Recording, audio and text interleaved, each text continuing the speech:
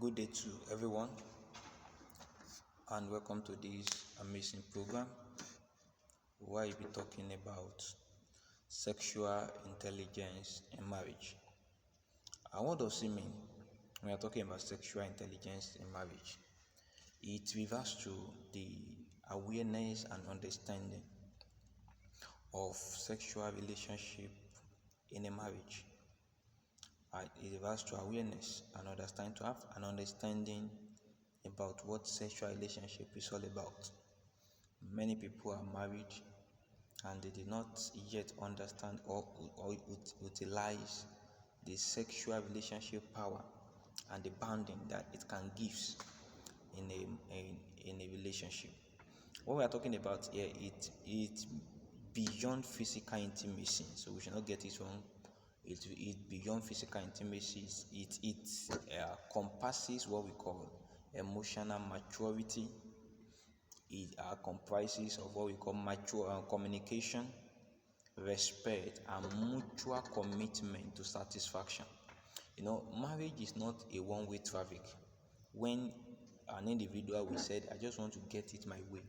No, it must be a commitment for both parties to have what we call mutual satisfaction, be it physical, be it sexual, and so on and so forth. So it is very, very important that as a couple or singles as well to have the understanding of sexual. There was in a time like that when the word sex, it means as if somebody is committing a sin. No, it's not. Because if you don't have the right understanding of something, abuse is inevitable. So it revolves around emotional maturity, it revolves around communication, it revolves around respect and commitment. And sexual intimacy really helps the couples to build an healthy, fulfilling, and God-honoring sexual life. So it helps. When we are talking about sexual intelligence, it helps the couple to really build an healthy, fulfilling, and God-honoring sexual life. So what do you mean by healthy? There are some couples that their sexual life are not healthy. They are not healthy at all. Not healthy. Some are not fulfilling, and that's why we have grudges. That's why we have issues. And I think there is one of the book I read, and they said majority of the problems of marriage comes from lack of communication, lack of sex, and lack of understanding. So most of the errors, as a counselor, sometimes when you are trying to interview or counsel a couple, when they are trying to say things, my wife did it, my wife do that, my wife do this. So most of the things that are missing in lives, in couples, is sexual aspects. Many does not have the knowledge. Many are spiritual, fine, but they don't have the knowledge. They don't have the basic knowledge of how to relate, of how to have this understanding. There are good books to read. There are seminars to attend, like one of these now. There are people to listen to boost or to make our sexual life active, to have the understanding. Because if we don't have the understanding of what we are doing, we just do it anyhow. Even though some people see it as nothing, some people saw it as sin. I was watching a clip where Imaiduma said she will have to go and pray, receive from God before she will say yes to her husband sexually. A married couple for that matter. And what is the definition? I think I've said sexual intimacy is the ability to understand and manage one's sexual self in a way that enhances intimacy and strengthen the marital bond. Sexual intimacy is an ability to understanding and managing one's sexual self. So it's about understanding your sexual self, understanding it, the kind of person you are, the kind of package you add. Two persons, husband and wife are not the same in everything, including sexual aspects. And because we have varieties, we have strength, we have weaknesses. Some people are some are agile, some are not. Some demand it frequently, some may not. And sexual intimacy helps you to understand yourself. And after you understand yourself, then another thing is to manage. There is a reason of mind. Bible talk about self-control. That's where you know how to manage yourself, you know how to manage your spouse, you know how to know if your spouse is doing it intentionally or out of their volition, or out of who they are. Some people did it, some people deny their spouses sex because that's who they are. So you have to understand them. I'm not saying denying is good. We are still going to that. You have to understand them. You have to understand the rudiments of their body structure, the rudiments of their moon, and that's why I said it comprises about emotional maturity. It comprises about communication. You have to communicate. Some couples, they are married for years. They don't even have they don't even have 1 hour discussion about sex. They think it's not something they should talk about. You have to discuss to know, really to know what you are doing that is right, and what you are not doing right. So it's about understanding yourself and be able to manage another person, and it includes the following. I think it includes like uh, five things that I will just itemize. Number one, it includes self-awareness. You know yourself. You know your own self. You know your own needs. You know your own desire. You know your own boundaries, and you know your own past experience. This thing causes a lot of things in marriages. Know your own need. What is your need sexually?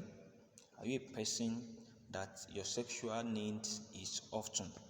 Some people, their sexual need may be once in a blue moon. They don't have desire for it. Some people, you have boundaries. Your wife will say, this is how I want it, this is their boundary. You must have your boundaries. Some people will ask question, is this particular sex style and sex position godly?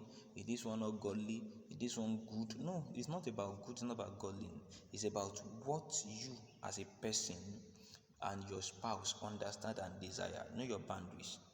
And the error in our world today is how we are exposed, especially to most of things we should not be exposed to. Some people are exposed to pornography. Some people are exposed to some people are even exposed to abuse. That's why I say past experiences. So don't expect your past experiences to dominate your marriage. And that's where many people got it wrong. Glory to God if you got married as a virgin, and if you doesn't got married as a virgin, maybe you have an ex in the past. Don't let those experiences dominate your marriage. Your spouse is entirely a different person. So you must be able to know him, know yourself, know your desire, know your boundaries, and know how your past will not affect your present. Know how your past will not affect your present. Another thing is that under sexual intelligence, we are talking about empathy and respect. So this understanding and following your spouse feelings and differences. So you have to understand your spouse feeling, and that's where communication must be vital. You have to understand it, because if you don't understand your spouse feelings, if you don't understand your spouse differences, you'll be fighting unnecessarily on things you're supposed to just talk about and understand. So don't think he knows, and that's especially women. Don't think your husband knows you. Don't think your husband knows this how he should touch you. Take the lead. Speak. This is how I want you to touch me. This is how I want this to be done. So be able to communicate your feelings to your spouse. To understanding and follow it. Just follow it. Don't say you are just like this. No. You can't change someone that you don't understand. Before you can change someone, you must be able to understand the person. You must understand his feel. You must understand his body structures, and you understand the differences. We both have differences, but the more you communicate, the more you follow your differences, the more the differences begin to diminish gradually. So you must be able to understand his feelings or her feelings. What is her feelings? Some people, we have 5 love languages. We have word of affirmation, which one? We have act of service. We have quality time. We have physical touch, and we have I think we have 5. So I still remember the fifth one. So you have to understand how your spouse, how it feel, how he or she felt. What are those things that will prompt your spouse into sexual mood? What are those things that will just weaken our sexual mood? What are those that will enhance, will energize him or her? What are the differences? Some wives don't kiss their husband. They don't kiss. You say kissing just there's a language they use. Kissing just turn them off, yeah. And some spouses, you have to kiss them because this kissing turns them on. I'm just citing an example. I'm not trying to generalize. So don't think your wife is bad when he was saying don't kiss me. No. I have to understand the differences. So there are a lot of differences that we have to underline and we have to understand and we follow it, because one of the way you have to change any kind of things, number one, is to understand. When you understand, then you follow it. Then from there you have to let him know the value, or he or she know the value of what he or she is missing. Another thing under sexual intelligence is communication. In communication there must be open and honest. This is not trying to can score. This is not how to support yourself and just make him or her to fall to bow to your wish. No. That's not the point of communication here. The communication must be open, must be honest, and must be a respectful discussion about sexual expectations and challenges. Must be a respectful discussion, not a kind of that's how you are doing, that's who you are. No. It must be respectful. When you are talking about marriage, we are no more two, we are one. And in the Christian fold, in Christianity, we saw us as one, and everything we have to do, we are banded together. So in communication, it must be open, it must be honest, and must be a respectful discussion, because we all came from different background. We have many doctrines, many background, different exposure, and so on and so forth. So it's not about judging or condemnation or condemning someone, but it's about having a kind of open discussion about expectation, about references, about challenges. What are the challenges? And I think one of the person you must be free to talk about most about your sexual needs and challenges is your spouse. I don't think there should be someone on this earth that you'll be able to relay 100% about your challenges, expectations to, except your spouse. Because that's your greatest privacy. Don't think if I talk to a friend of mine, she will no. Talk to your husband. You are both involved, and that's where immorality starts from. When you begin to relay what you should need to relate to third party, it serves as kind of problem, because the third party will have to talk to you. If it's not a therapist, if it's not a person that God have helped so far, the kind of third party will talk from his or her perspective. So, and it's not your husband, it's not your wife. So it's better that you have an open discussion together. You can fix anytime. I know about a couple. They say whenever they want to talk about this sexual thing, communication, she will ask her husband, please, can we chat? If you are feeling shy, so to say, to your husband face to talk about this sexual thing, you can employ some means. You can chat, log into your WhatsApp, chat, drop voice note. You may not necessarily be together, just to communicate your intention, your expectation, and so on and so forth. Another thing is emotional intimacy. So under sexual intelligence, it also builds our emotional intimacy, because building a deep connection that supports a sexual closeness. In marriages, we cannot sweep under the carpet emotion. Some people emotions are battered, some people emotions, they are struggling emotionally. So for you to have a good sexual life, your emotion must be balanced. Like I tell people, sex does not start in the bedroom. Sex starts outside the bedroom. You must set the mood. And our ladies, our women, so to say, they are someone that you have to prepare their emotion, prepare their hearts. A lady cannot be battered, treated badly in the day, and you expect him to be active in the night. Even though there are some, I was in the seminar, and the man that anchored the seminar was trying to tell us that there was a time that she understand her wife emotional weakness. That any time she have stressed herself during the day, she will never be active in the night. And he began to intercede, and he began to step in. He said anytime his wife saw him helping her to fetch water, doing this work tediously, the wife will know that something will happen tonight. So you have to be there emotionally for yourself, and don't put all the workload on one party. I'm not trying to support a gender now.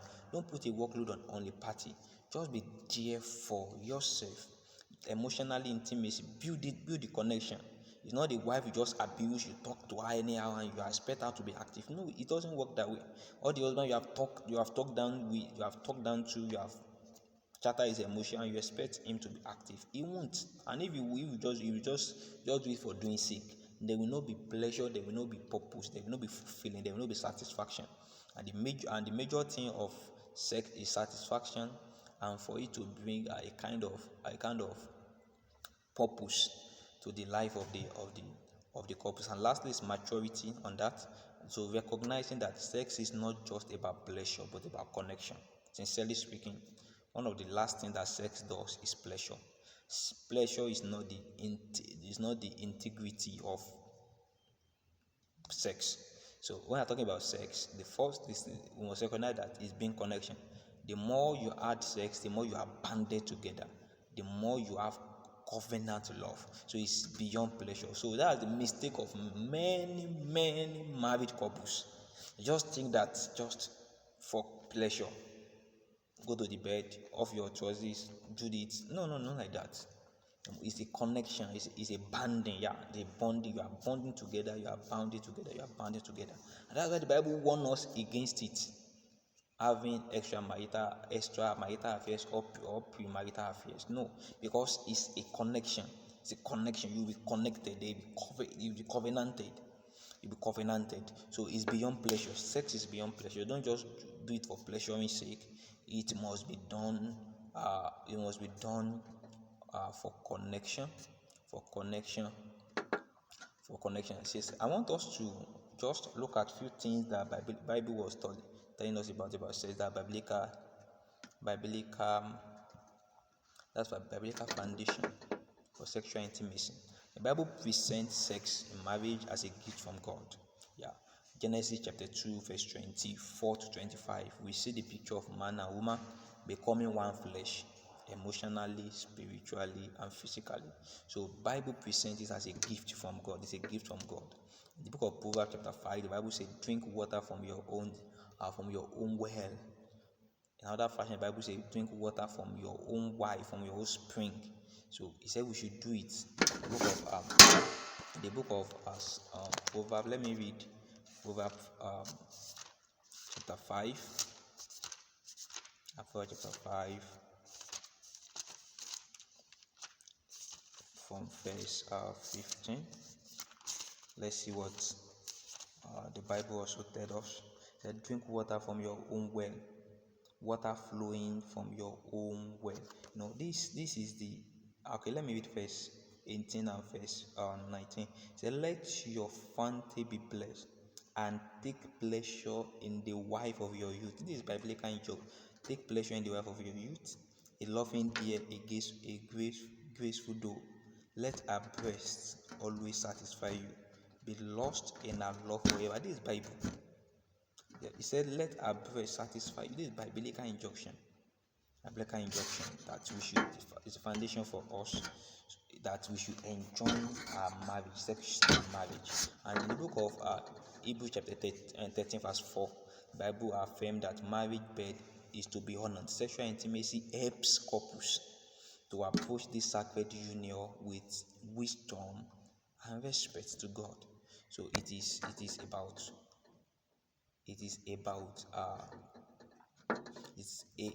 all about having the foundation, and this foundation is in the scripture, that it helps the couples to approach the sacred union. So that's the biblical foundation. And what are the benefits? Sincerely, let's look at the benefits of sexual intimacy. Number one, deepen intimacy. Couple feel more connected and secure. For any couples that their sexual life is active, it will make them more connected and secure. Make them more connected. They will be connected to each other. They will hardly separate from each other in mind. Their mind will be united, because this sexual intimacy helps them to bonding. I said bonding the other time. It gives them connection. Another thing, number two, another benefit is reduce conflict. There is a kind of word I always say that lack of sex can cause problems. Can cause a lot of problems. A lot of problems in marriage spring from lack of sex. lack of intimacy. Some people say we are together for the last few months. My wife do not allow me to touch him, and even though this thing happens to women too. I once had an encounter with a woman in the counseling section like this, and she was telling me that today makes it. I think today he said today make it 8 months, 2 weeks and few days that my husband had touched me. He said he have tried all our possible best, but ought to not have it. And they begin to have conflict. So when there is sexual intimacy in a relationship, in a marriage, it reduces conflict because it reduces conflict and prevent misunderstanding, because most of the things will be resolved. Another thing is that it increases satisfaction. So both couples feel valued and fulfilled. So when there is sexual intimacy in a relationship, it will increase satisfaction. It will increase value because both parties will not be neglected.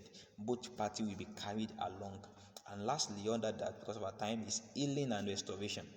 So when there is sexual intimacy very well that happens often in a marriage, it will heal. Regardless of the trauma or the wound in the past, it will be addressed with the grace of God. Because if somebody have been child, if someone have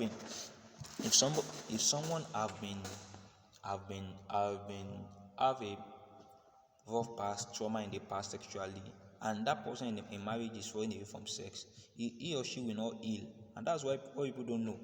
The more you approach sex in marriage, the more healing and restoration will come. So it is very important that as a couple, you have signed it. The moment you are wedded, you have signed it. And it just amazed me that nowadays, reverse is the case. Most married people are running away from sex, and most single are running into sex. I don't know if you get that kind of analogy. Most married people are just, they don't want to have sex. And most of the singles nowadays, their blood are hot. They just want to have sex. Please, I want us to beg us as a couple. Sex is part of the package. And what are the challenges? Challenges before we end our class. Challenges to sexual intelligence. Number one, structure and cultural differences. And that's the issue now. The culture is our culture is serving as a barrier. Media and society message often promote unrealistic and selfish view of sex. Social media, societal messages often promote unrealistic or selfish views of sex. And what did I mean? A lot of things we hear about people outside the world, and you will, as a married couple, you will like, is this thing really happening in my marriage? Some people will say, they can go on sex for 2 hours. And you'll be like, marvel and say, what is happening to me? No, nothing is happening to you. Those are because they will not tell you how they attain that. Some people will begin to use some bad drugs just to have sex for duration. No. That's not what God helps us to. That's not what the biblical injunction. Don't let any culture, don't let anything you are seeing on social media, people's testimony, so to say, make you look as if you are not doing anything, you are not finished sexual intimacy in marriage. No. Some people they will watch porn, they will look at a lot of bad things online, and they want to compare with their marriage. It doesn't work that way. No, you have to just be yourself. Like I said the other time, you have to be able to understand yourself, understand your own differences, so that you will not let nothing that people are saying will affect you. Because you will know that this is me, this is us, this is what we can do. We have discussed with my wife, I've discussed with my husband, this is our conclusion. Some people will say I have sex every day. Some people will say I have sex twice in a day. Some people will, to just believe on what you can do. You know your strength, you know your weakness. Discuss together. Don't use anybody as your manual. Don't use anybody as your manual. Just let anything you want to do be your conclusion with your spouse. Because sex is a matter of is a secretive things. Do your things. It peradventure you add any testimony, you add anything, bring it to your wife, discuss it together. If you can do it, fine. Somebody was in one of our program online. Somebody came with a message and with a question and said, if can they try a new sex position? I said, fine, you can try a new sex position, but you must not impose it. You may try it. Okay, it's even a man that asked the question. You may try it, but you may not impose it. And the first question is that where do you got that sex position from? He said online. Okay, fine. You can try it, but you don't impose it on your wife. Don't impose it on your husband. You try it. If it does not work for you, leave it. Leave it. So don't bring a burden to your bedroom and let it. There was a book I'm reading. There's a book that they said crime in the closet. A lot of crime goes on in the closet. Don't bring any crime into your closet. Anything that does not work for you, leave it and let it go. Another challenge is that on a trauma or shame, past abuse, guilty, or negative teaching can affect sexual freedom. So these things are affecting marriages, are affecting couples. Past abuse. You may be abused in the past, let it go. Guilty or negative teachings that affect sexual freedom. A lot of teachings there are some of the teachings that we are online. I don't want to say some of the things so that I will not cause a kind of doctrine imbalance. But some people believe that too much of sex can make you less spiritual. Okay, that's them for that's their own doctrine. Discuss with your wife, agreeing on the thing. If that's what you believe as a couple, fine. If you don't believe it as a couple, fine. Do what will please your marriage and will not affect your marriage. So, and please be careful of what you listen to. And anything you listen to, digest it, look at it. Can this thing work for us? If it can work for you, fine. If it cannot work for you, drop it. And another thing challenges is lack of communication. Avoiding honest communication leads to frustration and unmet desire, and unmet needs. You must communicate. You must communicate. Before sex, communicate. During sex, communicate. After sex, communicate. When you're having the sex, ask your wife, ask your husband, how are you? Am I doing it fine? Are you hot? Do you enjoy it? Don't just do it. Don't no. Be gradual. Because something foreplay, because something after play, you'll be able to maximize all those steps, principles. Don't just drop into it. Some people are raping their spouse, they call it sex. It's not sex. It's not love making. So there must be gradual, there must be processes. And lack of communication, you have to talk. Some wife will not communicate. Are you enjoying it? No. Are you busy? No. Some husband will just let me just do this thing, as if they don't do it, they will die that day. Be able to communicate. Open your mind to each other and talk. How do you want it? Even though assess yourself. It's marriage. Marriage is supposed to be lively. It's not a battlefield. It's not a war front. After sex, ask your spouse, how did I date with? How did I perform? When something is wrong, ask question. My wife, my husband, why do you do this? Why do you do that? And lastly, a spiritual neglect. Now, ignoring the spiritual dimension of sexuality weakens. So, as much as sex is okay, you must not neglect spiritual things. Spiritual is very, very important, because everything that will happen physical must be concluded spiritually. You must be able to pray, and pray. Bind the devil, bind anything you want to bind, and to make sure that you have a fulfilling sexual life. And lastly, building sexual intimacy in marriage. To build it is very, very easy. Sincerely, it's easy. Number one, educate yourself. Like what we are doing now, educate yourself. Read biblical, sound, and professional resources on sexual health and intimacy. So read things that there are good books that you can read. Go to Christian bookshops. Look for good Bible books you can read. Listen to good messages online.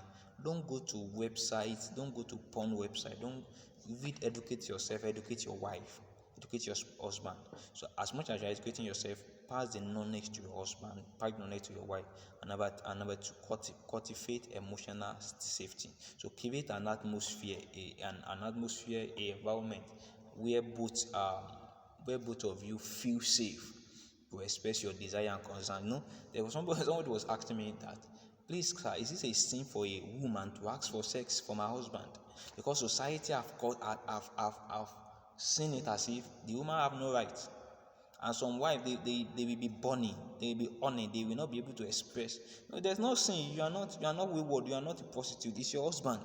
Be able to open to your husband and say, my husband, I need some. You may not, you may have languages for it. Go and get languages that even though you are talking in public, people will not know what you are talking about. Have a language you use. Be safe.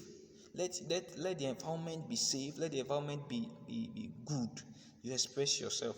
And another thing is pray together, inviting God into the area of your sexual intimacy that can bring healing, joy, and direction. Then when there are issues, please pray. We pray together, pray for him, pray for her. When there are issues in your sexual life, please pray. God can do it. God is a miracle worker. He can do it too. He is not beyond God. When your wife is having issues sexually, when your husband is having issues sexually, please pray. Pray together. Invite God. Because God is the initiator of marriage. He created marriage, so invite him. And lastly, seek help when needed. A closed mouth, a closed destiny. Counselors, pastors, and Christian therapists can provide guidance and support. So you have, when you need help, seek help. Book a counselor together. Book a counselor. Don't let ego bury your marriage. Don't let egos destroy your sexual life.